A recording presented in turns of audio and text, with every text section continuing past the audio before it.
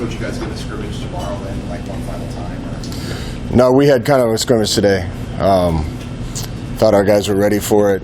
We didn't have a ton of full tackle live periods, but put the guys in mock situations in a mock game today, and got a lot of good work out there. How do you see the running backs were up here the other day? How do you see that race shaking out right now? Yeah, it's still to be determined a little bit, but I think there's a few guys that have separated themselves a little, and what order they're going to play in and how much they're going to play, I think we'll still determine. Sevion Morrison in particular, I know last year was kind of tricky for him with the COVID and stuff like that. How have you seen him just really respond, I guess, this fall camp to maybe put himself in that equation? Yeah, Savion's a really talented kid. We try to recruit as much talent as we can, and kids come along at different times and on kind of a different schedule. Say really kind of hit his stride, I'd say, in the off-season program this summer, this winter. Looks a lot better, looks leaner, looks faster, and he's been doing a good job. So I think he's grown up from his first year here, and he's got a chance to help us. How about just that 2020 class overall? You talked to Logan Smothers and other guys from that 2020 group who went through the COVID year. How tough was that for that group, and how maybe nice is it now to have more of a normal? It was tough on everybody last year, so that's been said enough. We recruit guys from out of state, and they come, and there's no students on campus, and nothing's open, and that was a hard year for some of those guys.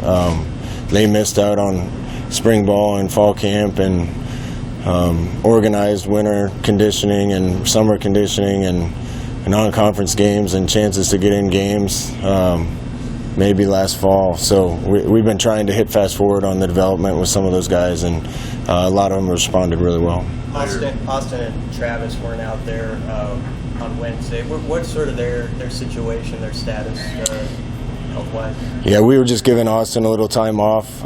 Travis has been nicked up a little bit. I'm going to report to you guys anytime we have somebody that's going to be out for season or extended amount of time.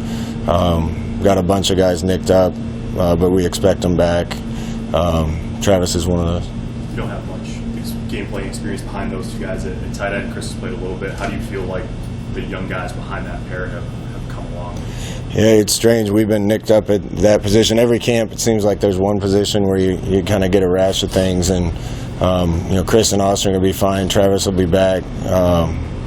We had an appendectomy and just kind of another little fluke thing. And we've been a little hurting at depth there. The good thing is we've been getting young guys reps at that position that I think are going to help us down the road. So we'll keep getting those guys healthy and feel good about where we'll be for game one. Did you talk about anybody at all? Like, is there a guy that you move to tight end to help with depth there in the short term? Yeah, we've actually moved two guys. Sean Chancellor Brewington, that transferred in to our program, is a big receiver, and he's gone in and done a good job learning and getting reps at tight end. And then Jacob Herbeck, we moved to tight end too and brought into camp just to give us some more legs.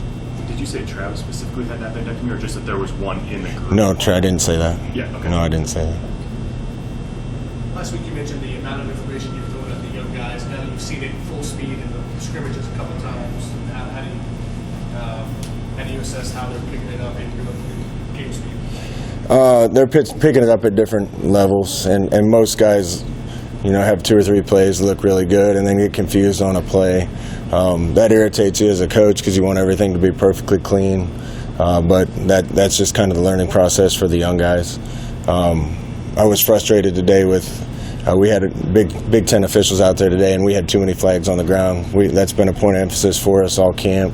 Going to go watch the tape. Most of those are with the 2s and 3s on little things, but this team needs to understand that they're good enough to be in every game if we don't do the things to beat ourselves, and that's been the thing that we've talked to about them the most ever since the end of last season.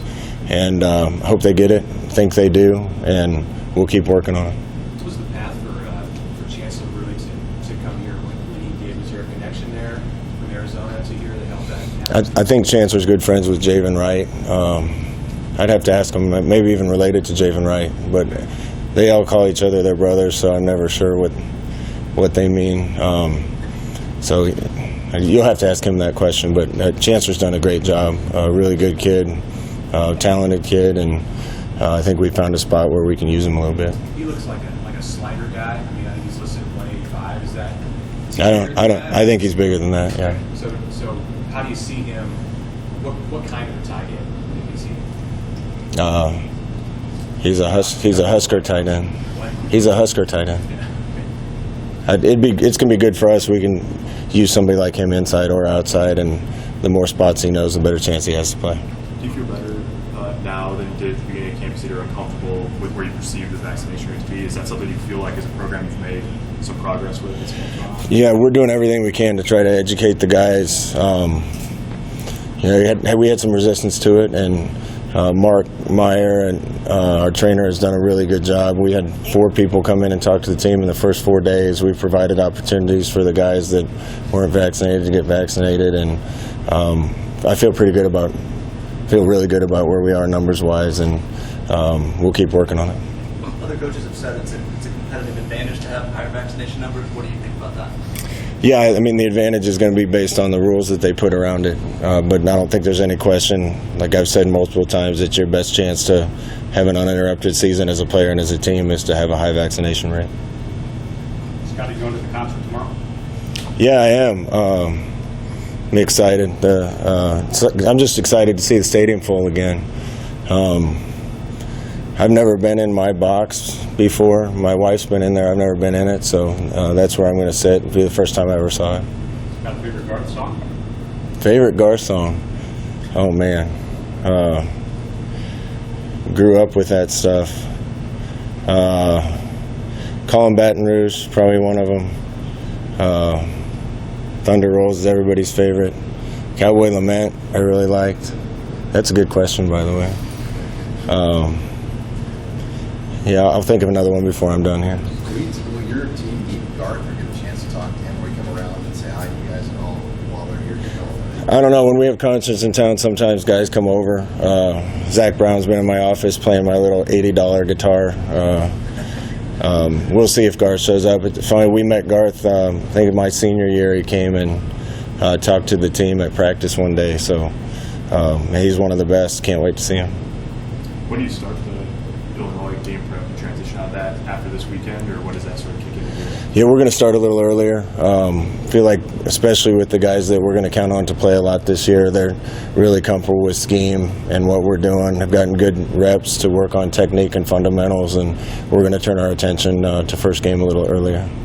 If anyone gets nicked up on the O-line, is Brant Banks, is he a guy who is kind of the first up that could go at guard or tackle? Is he that versatile that he could be that guy? Yeah, Brant's been repping with the ones, with the twos a little bit. We got more depth on the O-line than we've had. Nuri's done a good job. Bando's done a good job. Hickson's done a good job.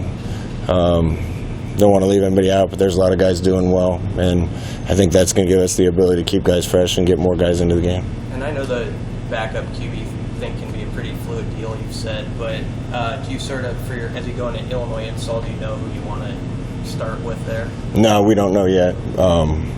Both guys have been doing a really good job. Logan had a really good day today. Anything else? I'd say every time that it rains is probably my favorite overall, though. Getting back to you. It takes a while to think about it, doesn't it? It does. It's too many. Thank you, guys. All right. Thank you.